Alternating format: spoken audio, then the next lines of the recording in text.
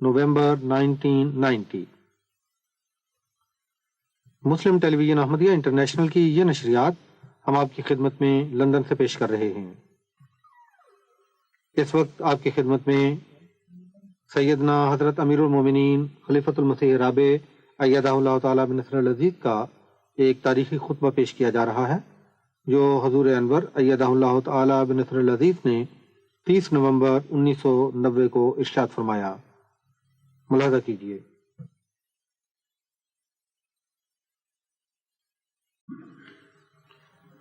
اشہد ان لا الہ الا اللہ وحدہ لا شریک لہ واشہد ان محمدا عبدہ ورسولہ اما بعد فاعوذ باللہ من الشیطان الرجیم بسم اللہ الرحمن الرحیم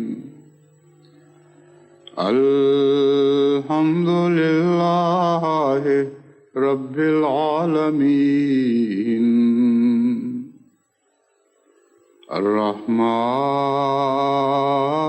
الرحیم مالک یوم الدین ایاک نعبد و ایاک نستعین اہدنا الصراط المستقیم صراط الذین انعمت علیہم غیر المغضوب علیہم ولا الضالین۔ بہت سے دوست مختلف ممالک سے جو خطوط لکھتے ہیں، ان میں بارہا اس سوال کا اعادہ کیا جاتا ہے، یعنی تکرار سے بار بار مختلف دوستوں کی طرف سے یہ پوچھا جاتا ہے کہ عبادت میں مزہ پیدا کرنے کی کیا ترکیب ہے۔ بعض لوگ علمی پیاس بجھانے کی خاطر بغیر کسی ہجان کے لکھتے ہیں، اور بعض معلوم ہوتا ہے شدید اعصابی دباؤ کا شکار ہیں، بہت کوشش کرتے ہیں، بہت زور مارتے ہیں، لیکن عبادت میں مزہ نہیں آتا۔ بعض ایسے بھی ہوتے ہیں جو عبادت کے بیرونی دروازے تک پہنچے ہوئے ہوتے ہیں اور عبادت کو چھوڑ کر جانے کا قصد کر چکے ہوتے ہیں، اور وہ گویا مجھے آخری تنبیہ کر رہے ہوتے ہیں کہ ابھی بھی ہمیں سمجھا لو اور بچا لو، ورنہ پھر اگر ہم نے عبادت سے منہ موڑ لیا تو ہم ذمہ دار نہیں ہوں گے۔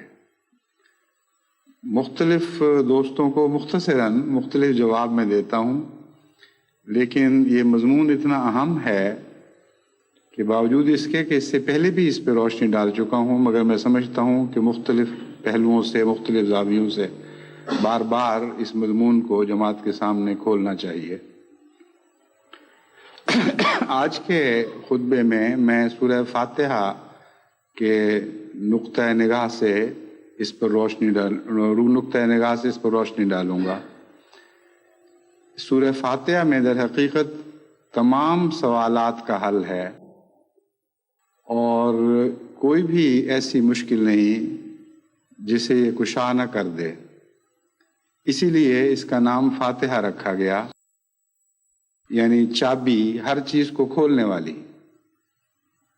اگر آپ اس صورت پر غور کریں تو کوئی دنیا کا ایسا مسئلہ نہیں ہے جس کی کنجی اس میں آپ نہیں پائیں گے۔ مختصر تعارف اس کا یہ ہے کہ اسے ام الکتاب بھی کہا گیا ہے، یعنی قرآن کریم کی ماں ہے، اور بھی بہت سے اس کے نام ہیں۔ اس کی 7 آیات ہیں اور 7 ہی مضامین میں اس پر بحث کی گئی ہے، اور ہر انسان اپنی ہر نماز کی ہر رکعت میں اس کو ادا کرتا ہے۔ یہ وہ صورت جو ہر مسئلے کا حل اپنے اندر رکھتی ہے۔ خود اس کے متعلق بھی سوال اٹھتے ہیں اور اٹھائے جاتے ہیں کہ ایک ہی صورت ہم مسلسل پڑھتے چلے جائیں تو آپ خود ہی کہیں کہ کیا بوریت نہیں ہوگی؟ ایک ہی جیسے الفاظ عیسائی تو ہفتے میں ایک دفعہ یعنی اتوار کے دن جا کر کچھ سنتے یا کوئی باتیں دہراتے ہیں، لیکن مسلمان ہر روز ہر نماز میں جو 5 دفعہ پڑھی جاتی ہے اور اس کی ہر رکعت میں سورہ فاتحہ کا اعادہ ضرور کرتا ہے اور اس کو تکرار سے پڑھتا چلا جاتا ہے۔ ایک ہی کھانا اگر روز کھایا جائے تو انسان تنگ آ جاتا ہے۔ دیکھیے یہود اسی وجہ سے کتنی بڑی ٹھوکر کھا گئے تھے کہ کھلم کھلا خدا کی نعمت کے خلاف بغاوت کی کہ ہم ایک نعمت پر راضی نہیں رہ سکتے ہمیشہ کے لیے، ہمیں تو مختلف قسم کے کھانے دیے جائیں۔ کون انسان روزانہ ایک کھانا کھائے؟ اس مصیبت سے تو مذہب سے دور ہٹنا ہی بہتر ہے۔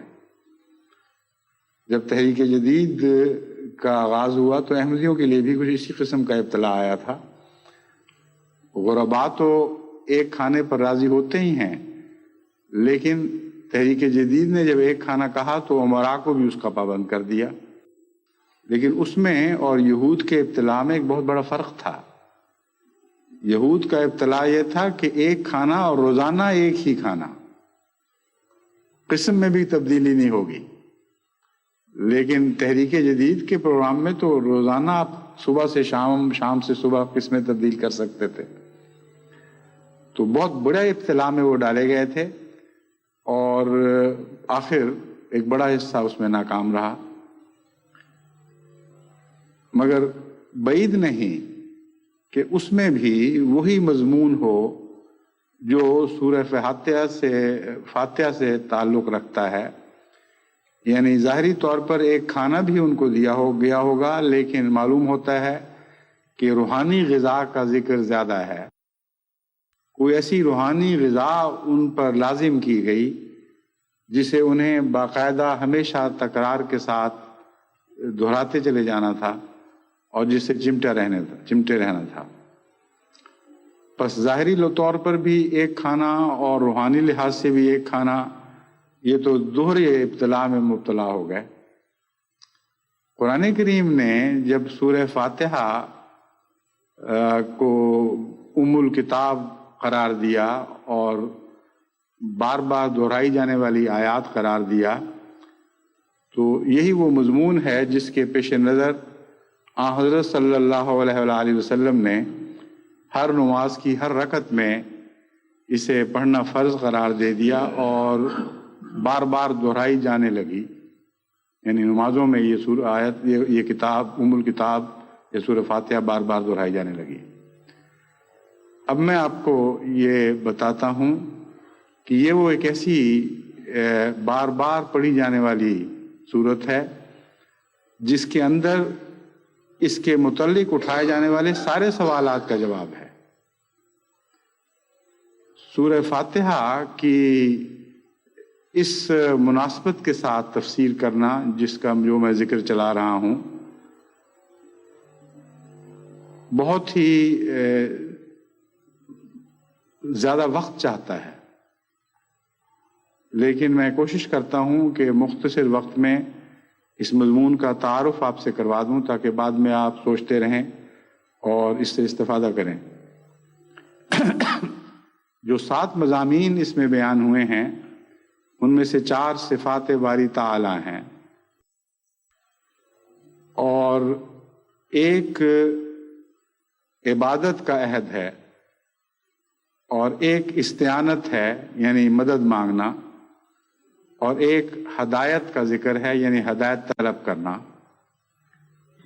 یہ 7 باتیں اس میں بیان ہوئی ہیں۔ الحمدللہ رب العالمین الرحمن الرحیم مالک یوم الدین، یہاں جو لفظ الحمد ہے اس کا اس سارے مضمون سے تعلق ہے۔ پس صفات باری تعالی میں 4 ہیں، لیکن حمد ان میں سے ہر ایک کے ساتھ ایک دائمی لازمی ہمیشہ کا تعلق رکھتی ہے، اور بعد میں بھی جتنے مضامین بیان ہوئے ہیں ان سب کا حمد سے تعلق ہے۔ بس حمد ایک رنگ ہے سورہ فاتحہ کا، اسی لیے اسے الحمد بھی کہا جاتا ہے۔ جہاں تک حمد کا تعلق ہے، یہ چونکہ ہر مقام شکر پر ادا کی جاتی ہے، اس لیے جب بھی ہم نے خدا کا شکر ادا کرنا ہو تو الحمد کو شکر کے معنوں میں بھی ادا کرتے ہیں۔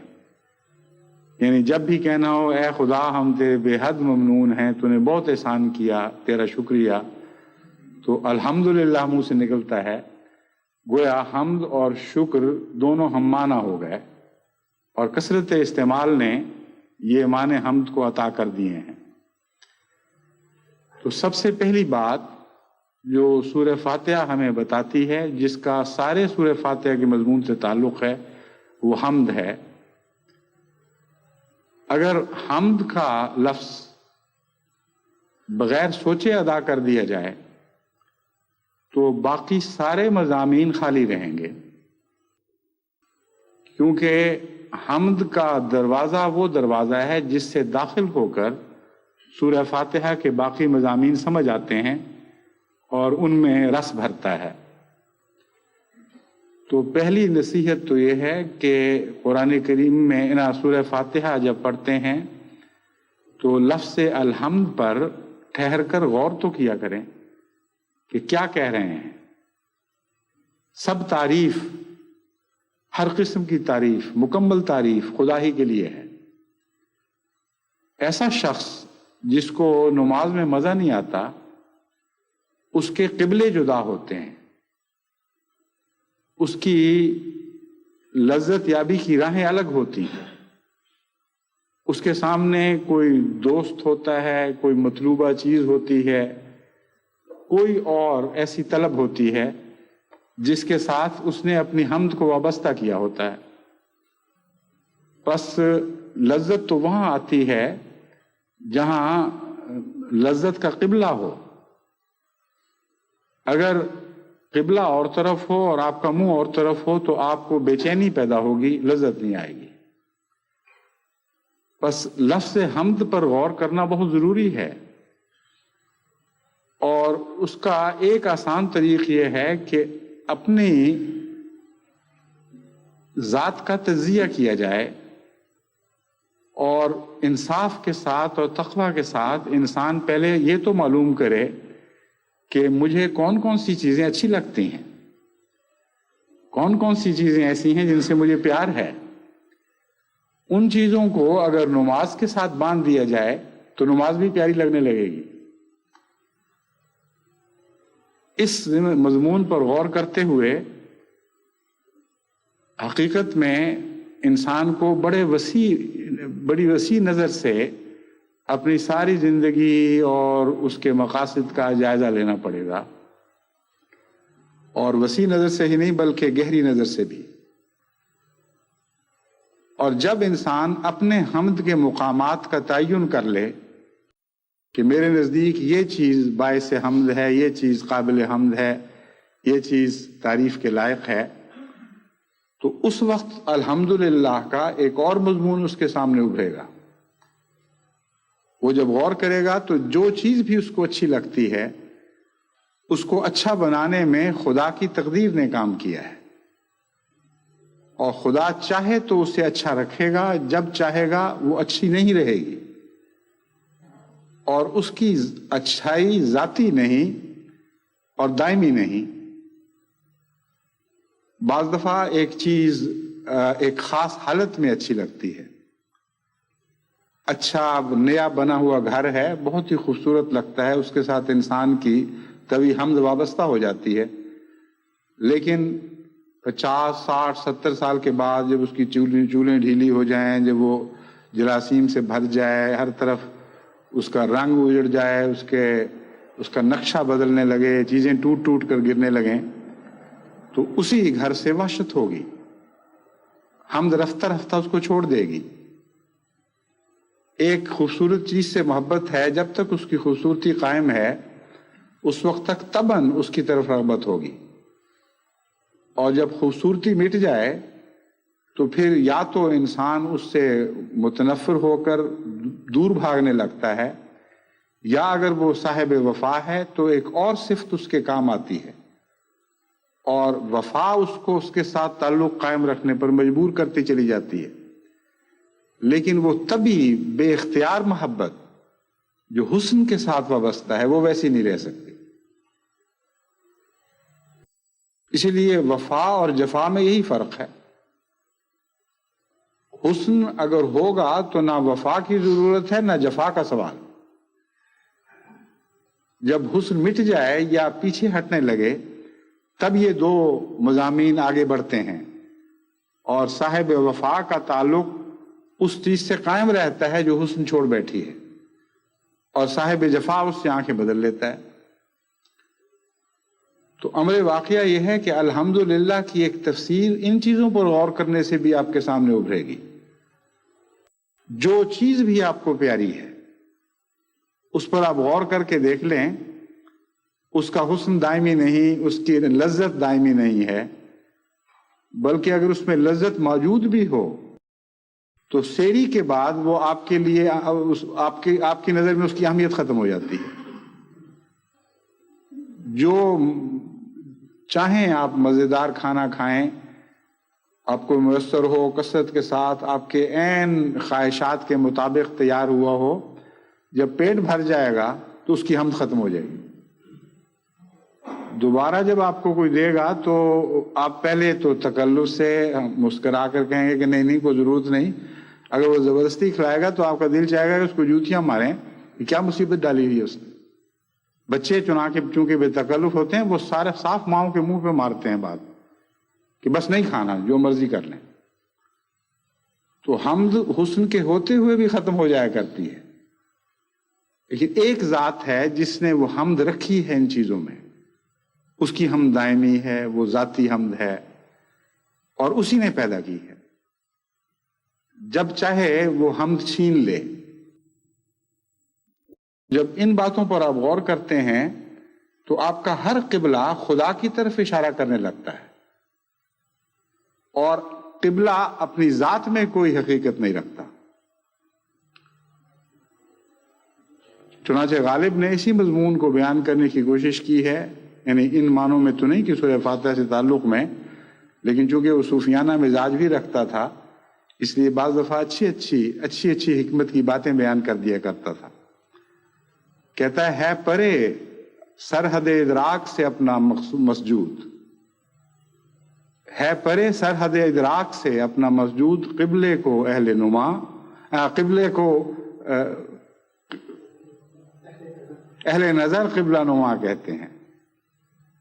قبلے کو اہل نظر قبلہ نما کہتے ہیں کہ ہم قبلے کی طرف بظاہر منہ کرتے ہیں لیکن قبلے سے پرے ہے ہمارا مسجود۔ قبلہ فی ذات ہی مسجود نہیں ہے۔ جو نظر رکھنے والے لوگ ہیں، صاحب نظر لوگ، وہ قبلے کو قبلہ نما کہتے ہیں، قبلہ دکھانے والا۔ تو اس نگاہ سے اگر آپ کائنات کی کسی چیز کو بھی دیکھیں تو ہر چیز کے ساتھ ایک حمد کا تصور وابستہ ہے، اور ہر چیز قبلہ نما بن جاتی ہے۔ بس صرف وہی چیزیں نہیں جو آپ کے لیے محمود ہیں اور آپ کو محبوب ہیں، بلکہ کسی چیز پر بھی آپ نظر ڈالیں، کوئی چیز بھی حمد سے خالی نہیں۔ اور اس کے ساتھ ہی فرمایا للہ رب العالمین، اور ربوبیت کا حمد سے ایک بہت گہرا تعلق ہے۔ میرے لیے یہ تو ممکن نہیں ہوگا کہ حمد کے مضمون کو ان 7 مضامین سے باندھ کر تفصیل سے یہاں بیان کروں، لیکن یہ نمونہ آپ کو دے رہا ہوں تاکہ ان باتوں پر غور کر کے اپنی نمازوں کے ان 7 برتنوں کو ایسے رس سے بھر دیں کہ ہر برتن میں آپ کے لیے ایک تسکین بخش شربت موجود ہو جسے پی کر آپ لذت حاصل کریں۔ اب ربوبیت کے مضمون کے ساتھ جو حمد کا تعلق ہے بہت ہی گہرا اور بہت ہی وسیع ہے۔ میں نے آپ کے سامنے کھانے کی مثال پیش کی. کوئی شخص یہ کہہ سکتا ہے کہ یہ کھانا جب فضلے میں تبدیل ہو جاتا ہے، ایک گندگی اور بدبو میں تبدیل ہو جاتا ہے، تو پھر کہاں حمد اس میں باقی رہ سکتی ہے، اور حمد کے مضمون کو میں اس کے ساتھ کس طرح باندھوں گا؟ تو اس کا جواب یہ ہے کہ نظر گہری کر کے دیکھو، ربوبیت کا اس کے ساتھ بھی ایک گہرا تعلق ہے، کیونکہ جو چیز تمہارا گند ہے وہ خدا کی کائنات میں بعض اور مخلوقات کے لیے ایک نعمت ہے، اور وہ نعمت مختلف شکلوں میں اس کی دوسری مخلوق کو پہنچ رہی ہے. ایسی بدبودار کھاد جس کے پاس سے گزرا بھی نہیں جاتا، وہ پودوں کے لیے ایک نعمت ہے. اسی سے رنگ برنگ کے پھول نکلتے ہیں اور خوشبوئیں پیدا ہوتی ہیں، اور وہ رزق پیدا ہوتا ہے جو آپ کے لیے حمد بن جاتا ہے. تو کیسا عظیم مضمون ہے رب العالمین کی حمد کا کہ کوئی ایک پہلو بھی کائنات کا ایسا نہیں جو استعمال ہونے کے بعد بھی حمد کے مضمون سے خالی ہو. ہاں، ایک طرف سے خالی ہوتا ہے، دوسری طرف سے بھر جاتا ہے. ایک کی ربوبیت کرتا ہے، جب اس کی پیاس بجھا دیتا ہے تو خدا کی ایک اور کی مخلوق کی ربوبیت کے لیے تیاری کرتا ہے. بس اس پہلو سے جب آپ کائنات پر نظر ڈالیں تو کوئی ایک زندگی کا ذرہ بھی نہیں ہے جو کسی نہ کسی حالت میں کسی چیز کے لیے باعث حمد نہ ہو. عالمین نے اس بات کو کھول دیا کہ تم خدا کو اپنی طرح ایک چھوٹی ذات نہ سمجھا کرو. جب اس کی طرف حمد منسوب کرو اور اس کی ذات میں حمد تلاش کرو، رب العالمین کے طور پر وہ حمد تلاش کرو، اور ساری کائنات کی ربوبیت کے لیے جو اس نے نظام جاری کی فرمایا ہے اس پر غور کرو تو تمہاری نظر چندھیا جائے گی. تم ساری زندگی لمحہ لمحہ بھی غور کرتے چلے جاؤ گے تو یہ مضمون ختم نہیں ہوگا. ناممکن ہے، اور اس میں کوئی مبالغہ نہیں.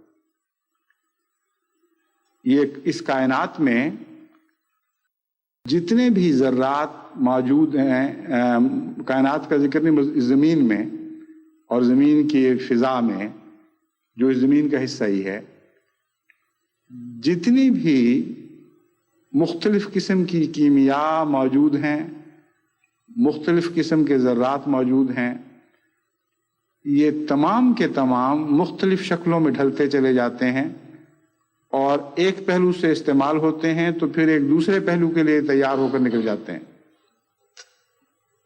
اور کوئی ویسٹ نہیں، ضیاع کا کوئی تصور نہیں ہے. ناممکن ہے کہ ہم اس میں اس خدا کی زمین اور اس کے جو میں سے ایک ذرہ بھی ضائع کر سکیں، کیونکہ وہ دوبارہ ری سائیکل ہوتا ہے. اور یہ توازن اتنا عظیم الشان ہے کہ اتنی بڑی زمین، اتنی بڑی اس کی جو اور ان گنت ذروں پر مشتمل، لیکن ایک ذرہ بھی بلا مبالغہ اس میں سے ضائع نہیں ہو رہا.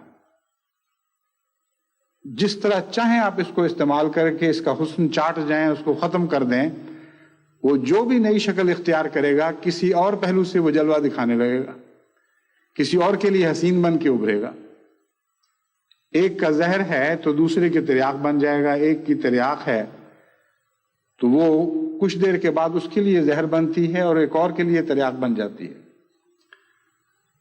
تو الحمدللہ رب العالمین پڑھتے وقت اگر انسان ٹھہر کے سوچے اور خدا تعالیٰ کی ذات کی وسعت اور عظمت کا تصور کرے اور جس طرف نظر ڈالے وہاں حمد ہی کا مضمون دکھائی دے، تو کیا یہ ممکن ہے کہ ایک انسان ساری عمر سورہ فاتحہ پڑھتے وقت صرف الحمدللہ رب العالمین کا حق ادا کر سکے؟ بالکل ناممکن ہے. بس کون کہتا ہے کہ یہ بار بار دہرائی جانے والی الکتاب انسان کے لیے بوریت اور اکتاہٹ کا مضمون پیدا کرتی ہے، اکتاہٹ کے مواقع پیدا کرتی ہے؟ ہرگز نہیں.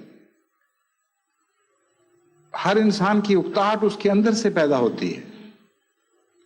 اگر اسے محبت کا سلیقہ نہیں تو ہر چیز سے وہ اکتا جائے گا. اچھی سے اچھی چیز بھی اس کو بھلی معلوم نہیں ہوگی. بس اگر اکتاہٹ سے پناہ مانگنی ہے تو اپنے اندر محبت کا سلیقہ پیدا کریں. بعض لوگ آپ دیکھتے ہیں کہ وہ کسی بات سے بھی خوش نہیں ہوتے. ان کے ماتھے پہ تیوری چڑھی ہوئی، جو چیز مرضی دیں کہ نہیں جی بس فضول بکواس. ہر چیز پہ تنقید کرتے، ہر چیز ان کو بری لگتی. قنوطی جیسے جہاں جاتے ہیں لوگوں کو مصیبت پڑ جاتی ہے. اس لیے نہیں کہ ان کے سامنے خدا کی کائنات ہم سے خالی ہوتی ہے، اس لیے نہیں کہ دنیا میں اچھے لوگوں کا فقدان ہوتا ہے، یہ خوبیاں ہی دنیا سے غائب ہو چکی ہوتی ہیں. بس ان کے اندر ایک یبوست پائی جاتی ہے، ایک ایسی خشکی ہوتی ہے جو ان کو محبت سے عاری کر دیتی ہے. بس اگر محبت کی نظر پیدا کریں، یعنی حسن دیکھنے اور اس سے استفادے کی نظر پیدا کریں، تو خدا تعالیٰ کی حمد آپ کو ساری کائنات میں عظیم تر وسعتوں کے ساتھ اس طرح بکھری ہوئی اور پھیلی ہوئی دکھائی دیتی ہے کہ ایک ذرے کے دل میں بھی آپ اتر جائیں تو اس میں بھی ایک حمد کا نیا جہان آپ کو دکھائی دینے لگے گا. پھر رحمان اور رحیم، خدا رحمان بھی ہے اور رحیم بھی ہے اور مالک یوم الدین بھی ہے. ان صفات باری تعالیٰ کے ساتھ آپ حمد کو باندھیں تو پھر آپ دیکھیں کہ کتنے کتنے نئے حسین نقشے کائنات کے آپ کے سامنے ابھرتے ہیں، اور ہر نقشے کے ساتھ خدا کی ہستی کا تصور وابستہ ہوتا ہے. ہر حسین چیز کو خدا تعالیٰ حسن عطا کر رہا ہوتا ہے. تو وہ نماز لذت سے کیسے خالی ہو جاتی ہے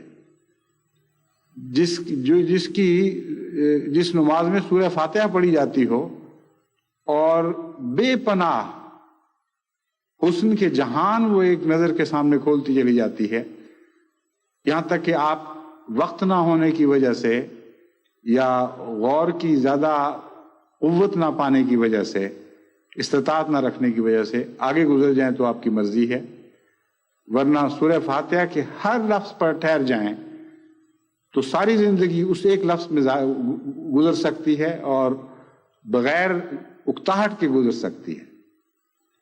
ایک عجیب مضمون ہے اس ہر لفظ میں جو آگے ایک پورا جہان بناتا چلا جاتا ہے. پھر ایاک نعبد و ایاک نستعین کا مضمون ہے. عبادت کا حمد سے بہت گہرا تعلق ہے. اگر حمد نہیں ہوگی تو عبادت بھی نہیں ہوگی. اور یہ دعویٰ کہ ایاک نعبد و، صرف تیری عبادت کرتے ہیں، ایک بہت بڑا دعویٰ ہے جو حمد کے مضمون سے گزرے بغیر بالکل جھوٹا بن جاتا ہے. جب تک یہ اقرار انسان نہ کرے اور پورے صدق دل سے اس اقرار کو سمجھ کر اس کا قائل نہ ہو کہ تمام حمد خدا کے لیے ہے، اس وقت تک تمام عبادت خدا کے لیے ہو ہی نہیں سکتی. اگر حمد کا کوئی پہلو کسی اور کے لیے ہے تو عبادت کا ہر پہلو خدا کے لیے نہیں ہو سکتا. یہ ایک ایسی حسابی بات ہے جس کے اندر کوئی تبدیلی ممکن ہی نہیں ہے. یہ ایکویشن ہے ایک میتھمیٹکس کی، اور ایسی قطعی ہے کہ دنیا کی کوئی طاقت اس ایکویشن کو بدل نہیں سکتی.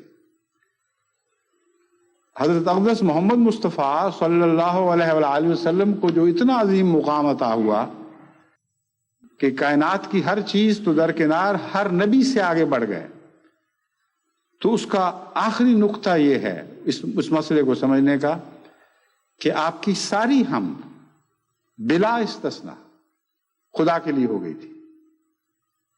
اس لیے ایک وہ شخص تھا جو جب یہ کہتا تھا کہ ایاک نعبد تو کامل طور پر اس اقرار میں سچا تھا صلی اللہ علیہ وآلہ وسلم، کیونکہ واقعتاً آپ کی ساری حمد خدا کے لیے تھی. ایاک نستعین کا ایاک نعبدو کے ساتھ ایک گہرا تعلق ہے۔ ہم جب خدا سے مدد مانگتے ہیں تو اس سے پہلے یہ اقرار کر رہے ہوتے ہیں کہ اے خدا ہم تیری عبادت کرتے ہیں اور صرف تیری عبادت کرتے ہیں۔ نیت یہی ہوگی ہر شخص کی، اس سے تو کوئی انکار نہیں ہو سکتا، یعنی انکار کرنے کا کسی کو حق نہیں۔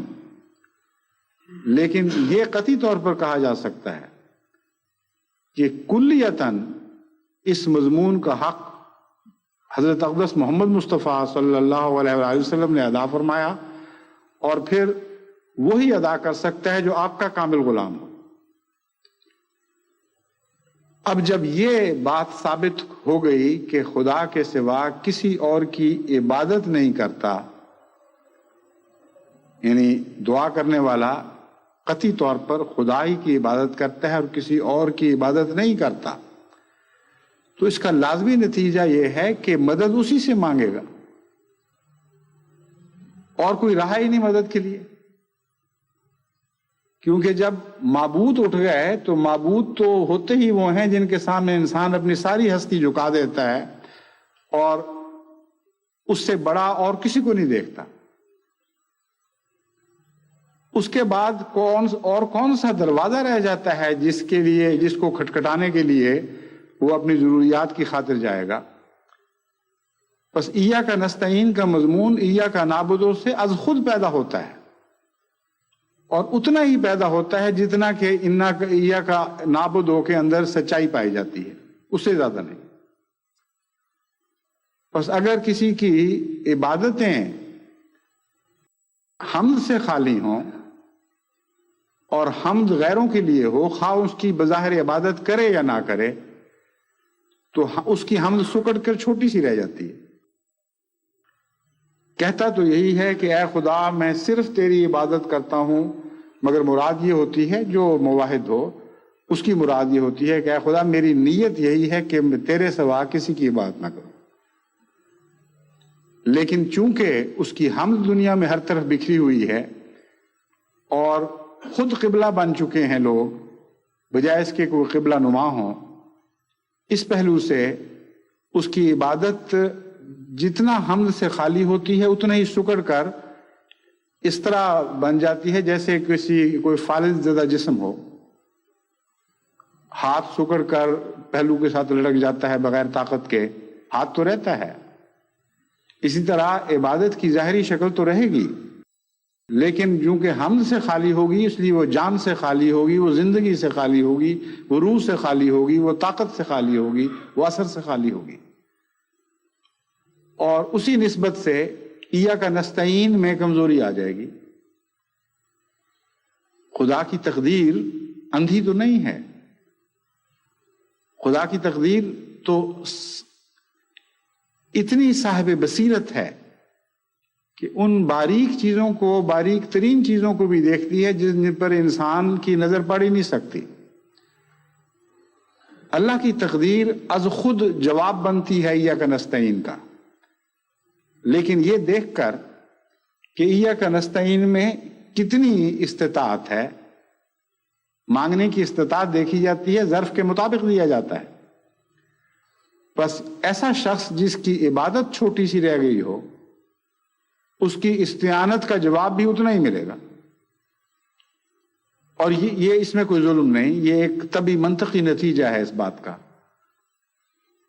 آپ جب خدا سے یہ عرض کرتے ہیں کہ ہم صرف تجھ سے مدد مانگتے ہیں، تو جواب یہ مل سکتا ہے کہ تو فلاں کا بھی دروازہ کھٹکھٹاتا ہے، فلاں کا بھی کھٹکھٹاتا ہے، تیرے نزدیک فلاں شخص اتنی عظمت رکھتا ہے کہ جب سچ اور جھوٹ کا سوال ہو تو اس کی عظمت کے سامنے تو سچ کو قربان کرتے ہوئے بھی جھک جاتا ہے۔ فلاں چیز کی اتنی طاقت ہے تیرے ذہن میں کہ اس سے مدد مانگنے کی خاطر تو ہر اس فعل پر آمادہ ہو جاتا ہے جس کو خدا نے منع کیا ہوا ہے۔ غرضی کے ایک بہت ہی تفصیلی مضمون ہے، اور روزمرہ کی زندگی میں جب ہم اس کو اپنی ذات پر اور اپنے گرد و پیش پر چسپاں کرتے ہیں تو آدمی اگر صاحب ہوش ہو تو اس کے ہوش اڑ جائیں. ساری عمر کی عبادتوں میں اگر وہ مغز ڈھونڈنے لگے تو اتنا تھوڑا ملے گا. جیسے جلے ہوئے گھر سے راکھ ٹول کر انسان اپنی کوئی چھوٹی سی چیز تلاش کر رہا ہو. بس جو عبادتیں خالی ہوں گی وہ مانگیں گی کیا؟ کیونکہ ہر مانگنے کے جواب میں، ہر سوال کے جواب میں خدا کی تقدیر اسے یہ کہہ رہی ہوگی کہ نہ تم ایسی باتیں نہ کرو، تکلف نہ کرو، تم دوسروں کی عبادت کیا کرتے تھے، خواہ ظاہری طور پر نہ صحیح. لیکن فی الحقیقت جب مدد مانگنے کا وقت آتا تھا تو کسی اور کو طاقتور سمجھتے تھے اور اس کا دروازہ کھٹکھٹایا کرتے تھے. اس لیے بے تکلفی سے صاف حق کا اقرار کر لو. بات یہ ہے کہ تم میرے دروازے کھٹکھٹانے کے تکلف کرنے کے اہل نہیں ہو. جس کی ہم تمہارے دل میں ہے، جس کی حقیقی عبادت کرتے ہو، اسی سے مانگو اگر وہ تمہیں کچھ دے سکتا ہے. بس یہ جو فرق ہے کہ بعض دعائیں قبول ہوتی ہیں اور بعض نہیں، آنسو فرق نہیں پیدا کیا کرتے. بعض لوگ مجھے لکھتے ہیں کہ ہمیں کس طرح عبادت میں مزہ آئے، ہم تو روتے روتے سجدہ گاہوں کو ترک کر دیتے ہیں مگر ہماری مطلوبہ چیز نہیں مل رہی. ان کو یہ سمجھ نہیں آتی کہ جس چیز کو خدا بنا بیٹھے ہوں پھر اس سے اسی کا وجود مانگیں. کیونکہ جب وہ اتنی زیادہ پیاری لگنے لگ گئی ہو کہ وہی قبلہ بن چکی ہو اور خدا کی طرف حمد صرف لفظوں سے منسوب کی جا رہی ہو اور فی الحقیقت دوسری دنیا کی چیزوں، خدا کی کائنات میں مختلف چیزوں نے انسان کو، جو مختلف چیزیں انسان کی نظر میں محمود بن گئی ہوں، قابل حمد بن گئی ہوں، تو جب وہ خدا کے حضور روتا ہے تو حمد کی وجہ سے نہیں روتا. وہ اس وجہ سے روتا ہے کہ اس کی طلب نہیں پوری ہو رہی. بیمار جب چیخیں مارتا ہے تو کسی تکلیف کی وجہ سے چیخیں مارتا ہے. ضروری تو نہیں کہ اس کی چیخوں سے اس کا علاج ہو جائے. علاج تو علاج کے علم کے ساتھ ہوتا ہے. بس عبادات میں بھی ایک سائنس ہے، دعاؤں کی بھی ایک سائنس ہے. جو دعائیں مستجاب ہونے کا حق رکھتی ہیں وہی مستجاب ہوتی ہیں. بعض دفعہ وہ آنسوؤں سے خالی بھی ہوں، ابھی دعا نہ بھی بنی ہو، تب بھی وہ مقبول ہو جایا کرتی ہیں. اور اس کا راز اسی میں ہے کہ سورہ فاتحہ کو آپ سمجھیں اور حمد کے مضمون کو خدا تعالیٰ کی 4 صفات پر اطلاق کرتے چلے جائیں. پھر جب ایاک نعبدو کہیں تو اپنے نفس کا جائزہ لیں اور غور کریں کہ کہاں کہاں آپ کی عبادت واقعتاً حمد سے لبریز ہے اور کہاں کہاں خالی ہے. اپنی روزمرہ کی زندگی کے حالات پر نظر ڈالیں تو ایاک نعبدو کا مضمون ہی ایک ایسا مضمون ہے جو آپ کے قدم روک لے گا اور آپ کبھی بھی اس مضمون سے نئے نکات حاصل کیے بغیر آگے نہیں بڑھ سکتے. ایک سورہ فاتحہ کا مضمون بھی ایسا نہیں جسے انسان ساری زندگی کے غور و خوض کے بعد ختم کر سکے. تو بتائیے کون سی اکتاہٹ کا مقام ہے؟ اکتاہٹ پیدا کیسے ہو سکتی ہے؟ اکتاہٹ تو ہوتی ہے جب ایک چیز بار بار اسی شکل میں سامنے آئے.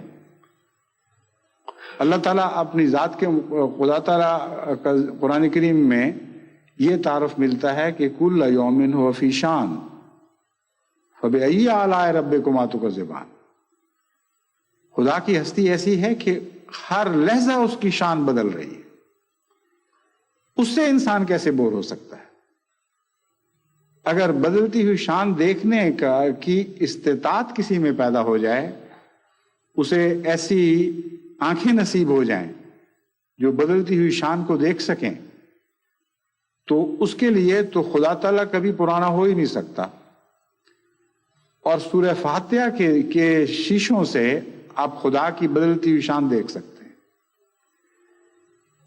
یہ وہ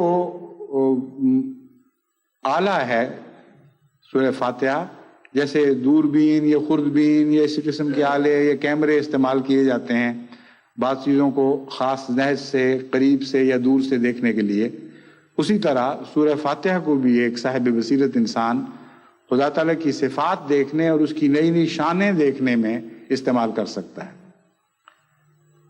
اور اگرچہ صرف 4 صفات کا ذکر ہے، مگر امر واقعہ یہ ہے کہ ان 4 صفات میں خدا تعالیٰ کی تمام صفات موجود ہیں۔ اب آپ دیکھیں کہ اس چھوٹی سی سورت کو ام الکتاب کہا گیا ہے، اور قرآن کریم میں خدا تعالیٰ کی تمام صفات کی بحث ہے۔ بس کیسے اسے ام الکتاب کہہ سکتے ہیں اگر اس میں خدا تعالیٰ کی صفات میں سے صرف 4 بیان ہوں، سوائے اس کے کہ وہ چاروں صفات ام الصفات ہوں، اور یہی امر واقع ہے۔ ان 4 صفات کے ایک دوسرے کے عمل کے ساتھ اور ان کی جلوہ گری میں آپ کو خدا تعالیٰ کی تمام صفات دکھائی دے سکتی ہے۔ بس ام الکتاب کا صرف یہ مطلب نہیں کہ سورہ فاتحہ میں مضامین ہیں، ان میں ہر لفظ جو بیان ہوا ہے وہ ماں کا درجہ رکھتا ہے۔ خدا تعالیٰ کی 4 صفات ام الصفات ہیں۔ عبادت کا مضمون خدا سے تعلق کے لحاظ سے ہر مضمون کی ماں ہے۔ یہ وہ رستہ ہے جس کے ذریعے خدا سے تعلق قائم ہوتا ہے، اور اس کے بغیر کچھ بھی باقی نہیں رہتا۔ تو زندگی کے کسی دائرے میں بھی خدا سے تعلق ہو، خواہ بظاہر آپ نماز پڑھ رہے ہوں یا نہ پڑھ رہے ہوں، وہ حقیقت میں عبادت ہی ہے جس کے ذریعے تعلق قائم ہو سکتا ہے۔ اور اس مضمون کو حضرت اقدس محمد مصطفیٰ صلی اللہ علیہ وآلہ وسلم نے ہمارے سامنے اس طرح کھول کر بیان فرما دیا، جب فرمایا کہ اگر تم بیوی کے منہ میں لقمہ ڈالتے وقت یہ سوچتے ہوئے لقمہ ڈالو کہ خدا راضی ہوگا اور خدا چاہتا ہے کہ تم اپنی بیوی کے حقوق ادا کرو اور اس سے حسن سلوک کرو، تو تمہارا یہ فعل بھی عبادت بن جائے گا۔ تو اب دیکھ لیں اس واقعہ، اس چھوٹی سی مثال میں ہر انسانی زندگی کے ہر عمل کو عبادت میں تبدیل کرنے کا کتنا عظیم الشان نسخہ بیان فرما دیا گیا۔ اور تعلق صرف نماز کے ذریعے قائم نہیں ہوتا، بلکہ ہر آن انسان کے گرد و پیش ہونے والے واقعات اور اس کے تجارب کے ساتھ خدا تعالیٰ کی عبادت کا ایک تعلق ہے۔ انسان اپنے گرد و پیش میں ہونے والے واقعات سے متاثر ہو کر جو بھی رد عمل دکھاتا ہے، وہ رد عمل عبادت کا رنگ بھی اختیار کر سکتا ہے اور عبادت سے دور بھی ہٹ سکتا ہے۔ بس ایاک نعبدو میں تعلق باللہ کی ماں بیان ہو گئی ہے، یعنی اس ایک لفظ کے اندر، اس ایک عہد میں کہ اے خدا تیرے سوا ہم کسی کی عبادت نہیں کریں گے، تیری کریں گے اور صرف تیری کریں گے، تیری ہی عبادت کرتے ہیں، کسی اور کی عبادت نہیں کرتے، انکار کرتے ہیں غیر کی عبادت کا۔ اس اقرار میں ہر تعلق باللہ کی جان ہے، اور اس کو آپ جتنا وسیع کرتے چلے جائیں گے اتنا ہی زیادہ آپ اس کے مطالب سے استفادہ کرتے چلے جائیں گے۔ ایاک نستعین میں بھی بظاہر آپ غیروں سے سوال بھی کرتے ہیں، بچہ ماں سے سوال کرتا ہے، باپ سے چیز مانگ لیتا ہے، دوست سے چیز مانگ لیتا ہے۔ اس میں اور ایاک نستعین میں فرق کیا ہے؟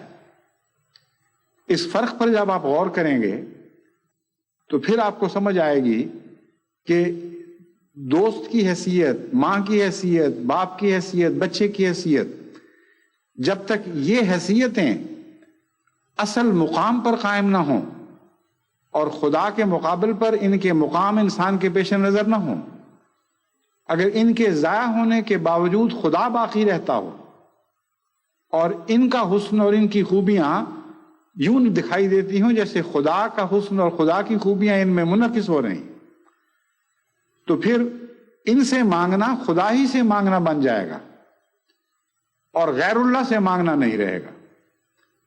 لیکن اگر ان کے مقام بگڑے ہوئے ہوں اور ان کے مقامات خدا تعالیٰ کے مقام سے الگ ہوں اور اس راہ پر نہ ہوں تو پھر یہ شرک بن جائیں گے، شرک کے آلات بن جائیں گے۔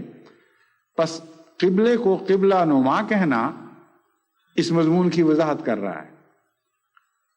جب ایک عبادت کرنے والا قبلے کی طرف منہ کرتا ہے اس لیے وہ مشرک نہیں ہے کہ قبلہ اب اس قبلے کی جس طرف قبلہ بنا ہوا ہے وہاں موجود عمارت اس کے تصور میں ہی نہیں آتی،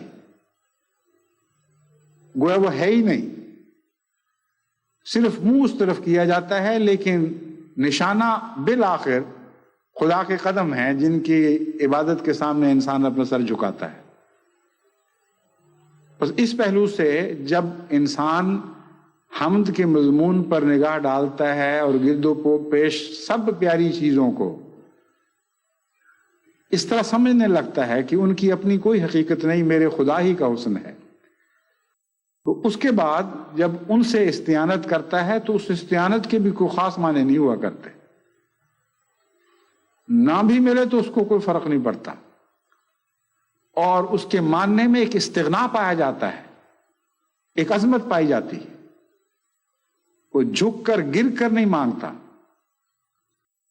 وہ جانتا ہے کہ خدا نے اس کو دیا ہے، اگر یہ نہیں دے گا اور خدا نے مجھے دینا ہوگا تو 1000 راستے اس کے دینے کے ہیں، انگنت راہیں ہیں جن سے وہ مجھے عطا کر سکتا ہے۔ تو عرفان جتنا جتنا بڑھتا چلا جاتا ہے اتنا اتنا نماز میں لذت پیدا ہوتی چلی جاتی ہے، اور عرفان بڑھانے کے لیے بہت غیر معمولی علم کی ضرورت نہیں ہے، ہر انسان کا اپنا علم عرفان پیدا کرنے کی صلاحیت رکھتا ہے۔ اب کائنات پر غور کرنے کے لیے ایک سائنسدان کا غور بہت وسیع ہوگا، اگر اسے خدا تعالیٰ عرفان کی آنکھیں ہی نہ دے تو بڑے سے بڑے علم کے باوجود اس کو حمد کا مضمون سمجھ نہیں آئے گا۔ لیکن ایک معمولی انسان، ایک چرواہا، ایک گڈریا، ایک زمیندار، کاشتکار یا ایک مزدور اگر بصیرت کی نظر رکھتا ہو تو وہ اپنی روزمرہ کے کاموں میں بھی خدا کی حمد دیکھ سکتا ہے اور حمد کے ترانے گا سکتا ہے۔ بس علم سے حمد بڑھتی ہے ضرور، اس میں کوئی شک نہیں، لیکن علم کے بغیر بھی عرفان نصیب ہو سکتا ہے اگر انسان خدا تعالیٰ کی جستجو کرے اور اس کے حسن کی تلاش کرے، تو کوئی ایک جگہ، ایک مقام بھی ایسا نہیں جہاں سے جستجو کرنے والا خدا تعالیٰ کا حسن نہ دیکھ سکے، اور وہی حسن ہے جو دراصل حمد میں تبدیل ہوتا ہے، جس کے بعد انسان بے اختیار کہتا ہے الحمدللہ رب العالمین۔ پھر روزمرہ کے انسان کے تجارب ہیں، خوشیاں ہیں، غم ہیں، خوف ہیں، ان کے نتیجے میں روزانہ نماز کے یہ 7 لفظ جو میں نے بیان کیے ہیں یہ نئے نئے مضامین سے بھرے جا سکتے ہیں۔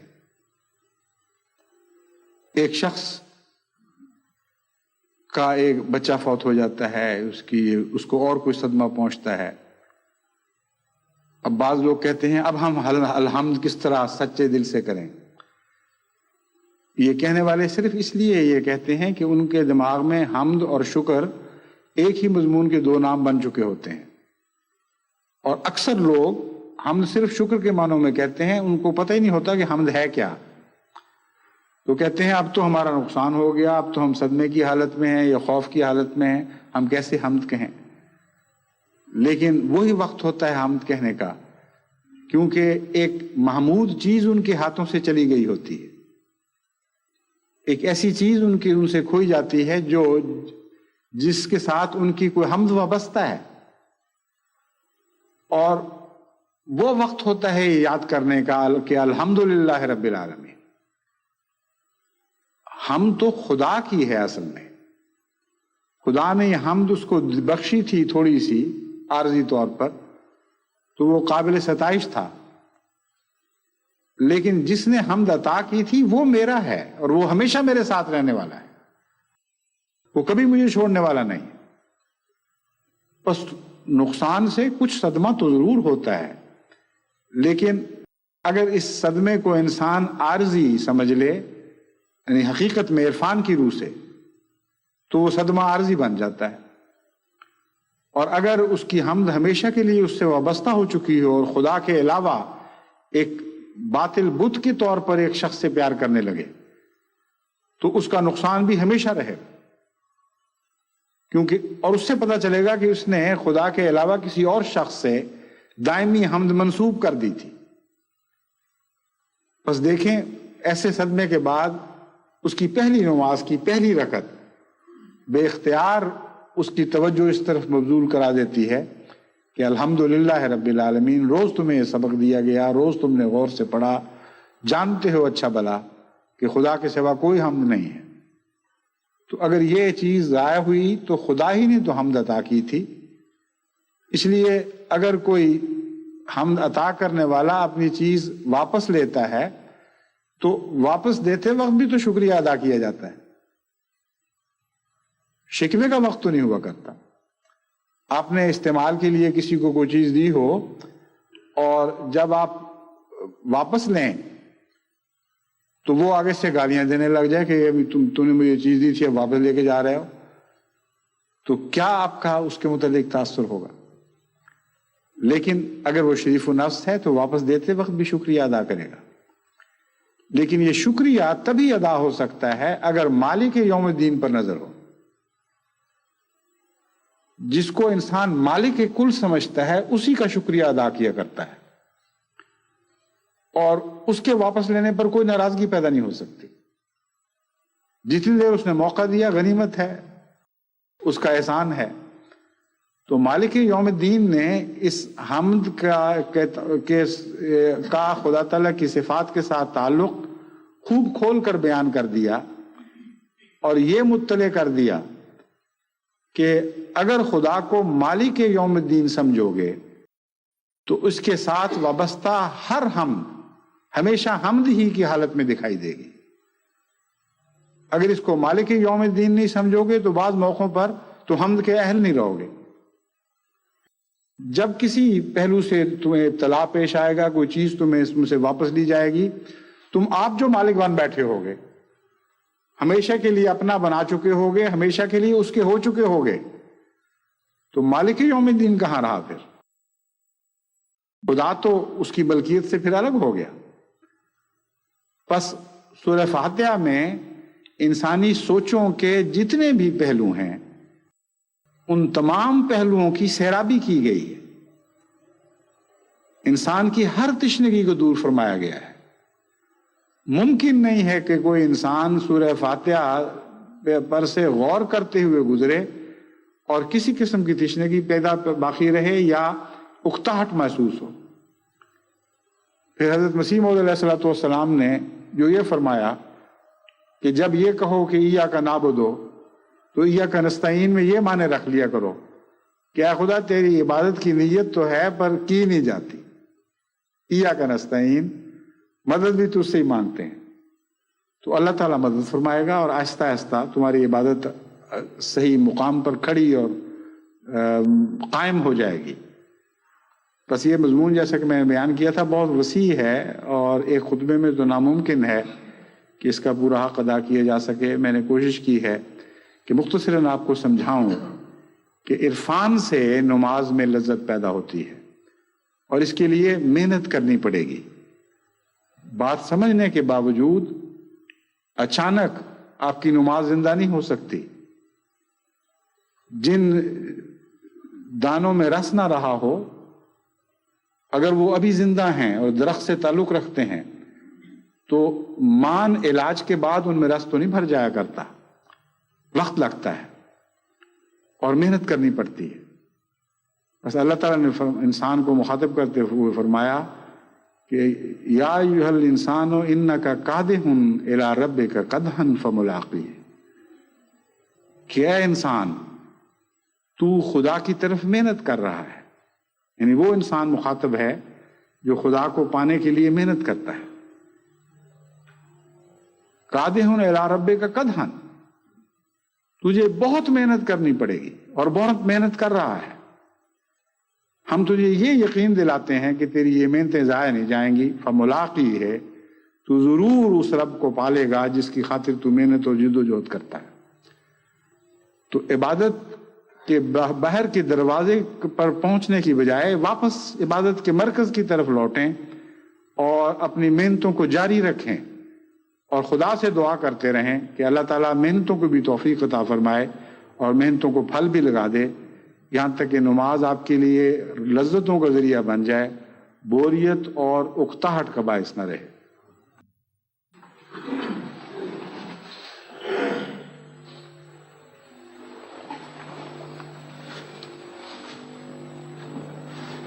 الحمد لله نحمده ونستعينه ونستغفره ونؤمن به ونتوكل عليه ونعوذ بالله من شرور أنفسنا ومن سيئات أعمالنا.